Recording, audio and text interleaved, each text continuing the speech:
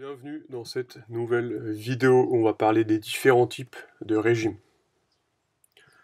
Alors dans cette vidéo, on va voir les régimes qui sont dits alimentaires.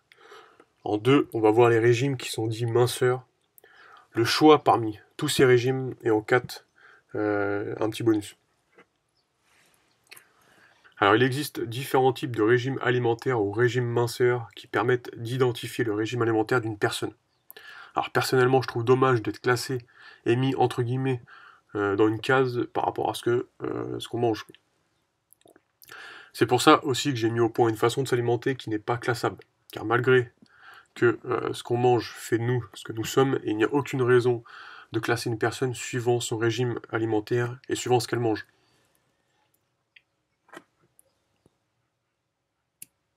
Alors ici, je vais détailler différents types de régimes qui sont les plus communs, car il en existe toute une panoplie, il y en a plus de 50. Alors il y a différents types de régimes alimentaires qui vont être à suivre au quotidien, et d'autres qui vont être à suivre pour une perte de poids, par exemple. Je pense que vous allez être étonné par ce que je vais vous montrer dans la suite de cette vidéo. Alors dans les différents types de régimes alimentaires à suivre au quotidien, alors il y en a certains qui peuvent permettre de perdre du poids également. On va pouvoir trouver l'omnivore, bien sûr, qui mange de tout et ne se prive de rien. Le végétarisme, que vous connaissez aussi sans doute, qui consiste à ne pas manger de viande ou de poisson. Mais vous avez aussi le semi-végétarisme, qui consiste à manger de tout, sauf de la viande rouge. Vous avez également le régime lacto-ovo-végétarien, qui exclut la chair animale, mais autorise les produits laitiers et les œufs. Vous avez également le régime lacto-végétarien, qui exclut la viande, le poisson et les œufs, mais inclut par contre la consommation de produits laitiers. Il y a également le régime ovo-végétarien, exclut la viande, le poisson et les produits laitiers, mais inclut par contre les œufs.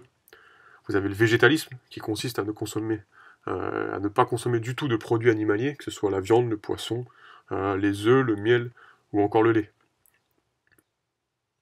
Vous avez aussi également le flexitarisme, c'est là que ça va devenir intéressant parce qu'on va retrouver des régimes que peut-être vous ne connaissez pas. Donc le flexitarisme, qui est le même principe que le végétarisme, mais ici on va s'autoriser de temps en temps, par exemple quand on est invité chez des amis à manger de la viande ou du poisson qu'on nous propose. Vous avez aussi le crudivorisme, qui consiste à manger seulement des aliments crus et non cuits, et parfois de la viande, du poisson ou des céréales. Vous avez aussi le régime paléolithique, qui vise à revenir à l'alimentation de nos ancêtres avant l'ère industrielle, et qui consiste à ne pas manger de céréales, de produits laitiers et de produits industriels.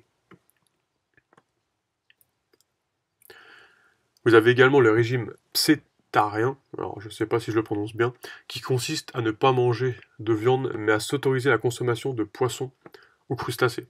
Alors vous avez aussi le sproutarianisme, qui consiste à consommer seulement des graines qui vont être germées.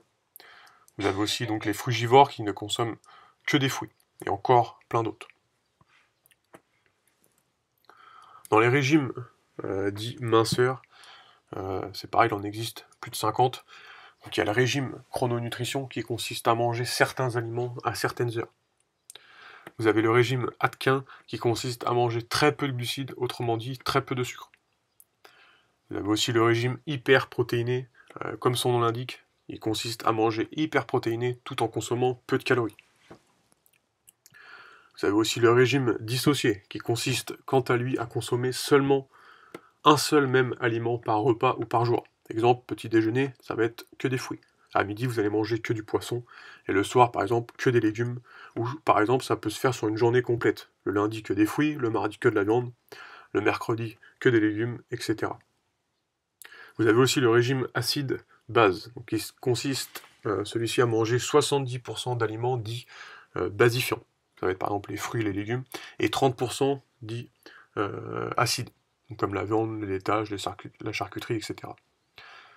Vous avez également le régime citron, qui consiste à manger du citron à chaque repas, en morceaux, en assaisonnement ou en jus.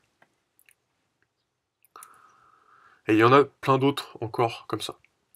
En fait, parmi tous ces régimes minceurs, le problème est qu'une fois que vous allez atteindre votre poids idéal, vous allez arrêter le régime. Et vous allez tout simplement reprendre du poids. Car vous allez remanger comme vous mangez avant de commencer ce régime. Ce qui au final n'est pas très judicieux, d'après moi. L'idéal est de faire un changement alimentaire en apprenant comment s'alimenter dans son quotidien, de façon à être en santé et de façon à atteindre un poids et un physique qui nous convient. Je pense que l'un des pires régimes est certainement le régime comme j'aime, qui consiste à réchauffer tous ces plats au micro-ondes et qui sur le plan de la santé est catastrophique, en plus d'être relativement cher. Si parmi tous les régimes que j'ai cités, il y en a un que vous sentez vous convenir, eh bien faites-le. Si aucun ne vous attire et si vous ne voulez pas avoir de restrictions alimentaires, ce qui est le cas dans la plupart des régimes, eh bien je vous propose de télécharger dans la description 6 vidéos de formation offertes pour retrouver la forme et la santé, qui vont vous apprendre à faire un changement alimentaire, dans le but de ne pas suivre de régime, mais simplement en faisant un changement alimentaire de façon à obtenir vraiment une santé au top. Alors si vous voulez en savoir plus, vous avez directement un lien dans la description. Moi je vous dis à bientôt dans une prochaine vidéo. Ciao ciao.